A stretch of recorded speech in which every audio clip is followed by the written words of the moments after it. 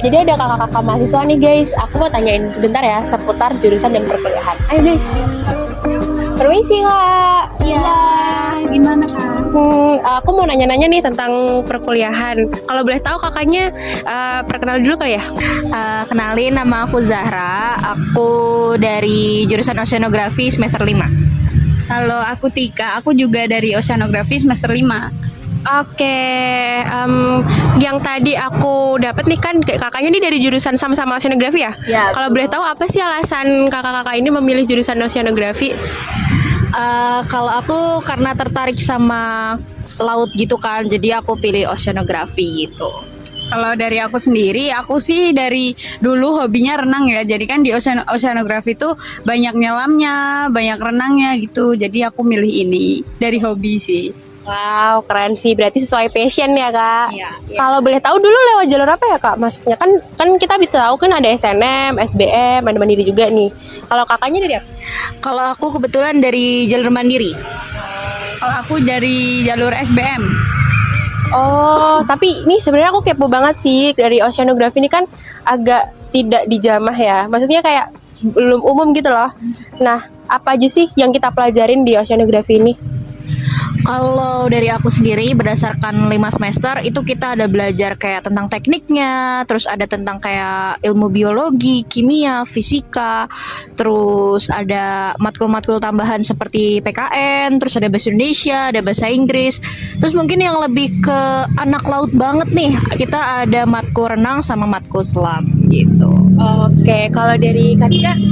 Kalau dari aku, oceanografi itu kan ada ilmu kelautan, ada oceanografi kan. Nah, kalau oceanografi itu menjurus ke fisika oceanografi. Kalau misal ke IK tuh lebih ke biologi gitu. Jadi kalau biar kalian bisa membedain antara IK atau oceanografi. Nah, kalau kalian lebih berminat ke fisika, fenomena-fenomena gitu, kalian lebih baik ke oceanografi gitu.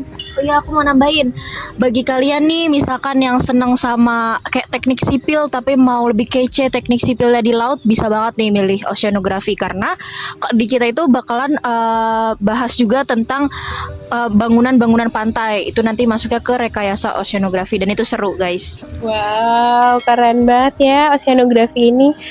Aku kepo banget sih, apa sih stereotip atau anggapan yang gak selalu bener nih sama masyarakat tentang jurusan oceanografi ini? Oke, kalau dari aku itu orang-orang kalau dengar kayak oceanografi atau kelautan pasti mikirnya, aduh harus bisa renang ya kak. Padahal sebenarnya ya kalau kalian udah bisa itu bagus banget. Tapi misalkan kalian belum bisa, itu nanti bakalan diajarin sama dosennya. Nanti di kolam yang cetek dulu, diajarin teknik-tekniknya, baru deh kita ke kolam yang agak daleman gitu. Pasti diajarin mulai dasar-dasarnya dulu, nggak kalian harus disuruh langsung nyelam gitu, nggak. Dari awal tuh kita ada prakteknya dari semester 1 kan ada renang, terus habis itu semester 2 ada selam gitu. Oke, berarti kalau masuk oceanografi ini nggak harus pintar renang ya teman-teman. Bisa kok, kita bakal diajarin kan kakak-kakak. Betul banget. Oke, nah nih kan aku sebagai sebagai siswa SMA nih masih bingung mau milih jurusan apa gitu. Gimana sih cara kita tahu kita milih jurusan yang cocok sama kita tuh gimana? Oke, yang pertama mungkin kalau aku saranin itu tentang passion ya. Misalkan kayak ngerasa kayak aduh kayaknya gue cocok banget nih di kesehatan. Nah, kalau di kesehatan misalkan bisa menjurus ke kesehatan masyarakat, kedokteran, gizi dan lain-lain. Atau mungkin kayak aku nih senang banget sama laut. Teman-teman bisa ke jurusan yang sama kayak aku oceanografi atau mungkin pilih ilmu kelautan. Terus yang pertama passion, yang kedua mungkin bisa juga dilihat dari nilai rapot nih teman-teman yang paling unggul di mana. Misalkan kayak kak aku unggulnya di matematika sama fisika nih. Oh berarti bisa masuk ke jurusan oceanografi ini juga bisa gitu. Itu kalau dari aku. Ya sama sih, jadi kayak kita tuh harus tahu dulu passion kita. Kan dari yang hobi kita, yang kita suka gitu, pasti kita ngejalaninnya enjoy gitu loh. Jadi nggak kayak yang aduh aku salah jurusan nih, aduh aku gimana nih gitu. Jadi dari kesukaan dari kalian dulu. Kalau misal kalian kira-kira belum suka apa gimana, dicoba disukain dulu, habis itu baru kita jalanin gitu. Tak kenal maka kata sayang ya guys. Oke, berarti berawal dari passion kita tuh di mana, minat kita di mana gitu ya kak. Oke. Sama ini kan tadi yang aku tahu tuh oceanografi ini mirip-mirip pakai teknik yang dijelasin sama Kak Nanas tadi. Nah berarti kan ada praktikumnya nih kak. Praktikumnya nih kayak gimana sih kalau di oceanografi? Terus yang kayak paling berkesan buat kakak-kakak semua nih apa aja? Kebetulan karena aku ini angkatan corona guys, angkatan online, jadi praktikum aku itu banyak kan online. Cuma berdasarkan based on experience-nya kakak-kakak tingkat aku, itu seru banget. Jadi kita nanti praktikumnya itu kemungkinan di Jepara. Nanti di sana kita bisa belajar tentang pasang surut, gelombang, arus dan lain-lain. Jadi nanti kita bisa kayak ada istilahnya jalan-jalan berkedok praktikum lah gitu. Jadi kan yang dikatain Kak Nanas tadi, kita kan praktikumnya online ya. Jadi kita tuh nggak praktik di lapangan, tapi lebih ke pengolahan data gitu. Walaupun kita nggak praktik di lapangan, nah kita tuh bisa kayak bikin peta dari praktikum SIG gitu. Kayak kita bikin pemetaan apa gitu. Jadi keahlian kita tuh nggak cuma di lapangan doang gitu. Ya, terus kita udah kayak ini nih kayak teknik informasi juga kita mirip-mirip. Jadi kita belajar coding, pakai Python, pakai software lainnya kayak CDAS, ArchMap, dan itu ya susah-susah gampang tapi seru gitu lah guys. Oke, keren banget sih. Berarti tadi oceanografi ini menyeluruh banget ya. Nah, tadi kan aku udah nanya-nanya ya Kak tentang perkuliahan Kakak gimana, terus juga tentang oceanografi ini gimana.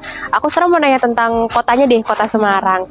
Gimana sih hidup di Semarang dan kayak gimana cara kita money manajemennya gitu? Kalau di Semarang sendiri, kalau aku ya di Tembalang itu sebenarnya dibandingin dengan kota asal aku di Jakarta itu lebih murah jauh banget gitu. Kayak kita nasi ayam itu bisa dapat 10.000 di sini, terus juga kalau nambahin sayur dikit 13-annya sekitar segitu. Jadi menurut aku cukup ekonomis lah dibandingin dengan ibu kota kalau aku bandingannya. Kalau menurut aku sendiri yang nggak jauh beda sama kota asal aku, kan aku dari Magelang ya, nggak dari kota-kota banget, jadi harganya tuh masih standar gitu loh. Tapi kalau yang di sini menurut aku lebih murah karena kita di kawasan universitas gitu loh, kawasan kampus, makanya semua tuh dibuat serba murah gitu loh, jadi enak-enak aja. Jadi jangan khawatir ya teman-teman tentang harga yang ada di Semarang gitu ya kakak-kakak. Oke, last but not least nih teman-teman, aku mau nanya suka duka kakak-kakak sekalian nih sebagai mahasiswa oceanografi apa aja? Dari sukanya dulu ya. Sukanya itu karena kita tuh kan praktikum ke laut, jadi kita bisa healing nih berkedok dengan praktikum, terus penelitian dan lain-lain.